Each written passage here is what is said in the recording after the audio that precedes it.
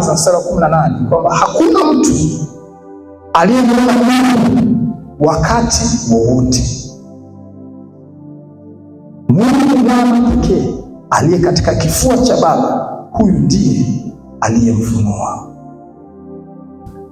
Tunafahamu wakati wa wana wa Israeli wanasafiri kutoka Misri kwenda katika nchi ya Kanaani, Biblia inatuambia kwamba walimuona Mungu.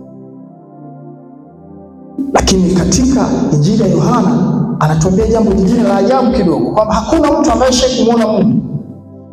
Kwa sababu gani? Wana wa Israeli hawakumuona Mungu katika uhalisia wake, bali walimuona Mungu kama malaika wa Mungu. Maana Biblia inatuambia kwamba Torati ilikuja kwa mkono wa malaika kwa njia ya mjumbe ambaye ni Musa. Kwa wana wa Israeli walikuwa hawajawahi kumuona Mungu kabisa, kwa sababu Mungu alikuwa bado hajafunuliwa katikati yao.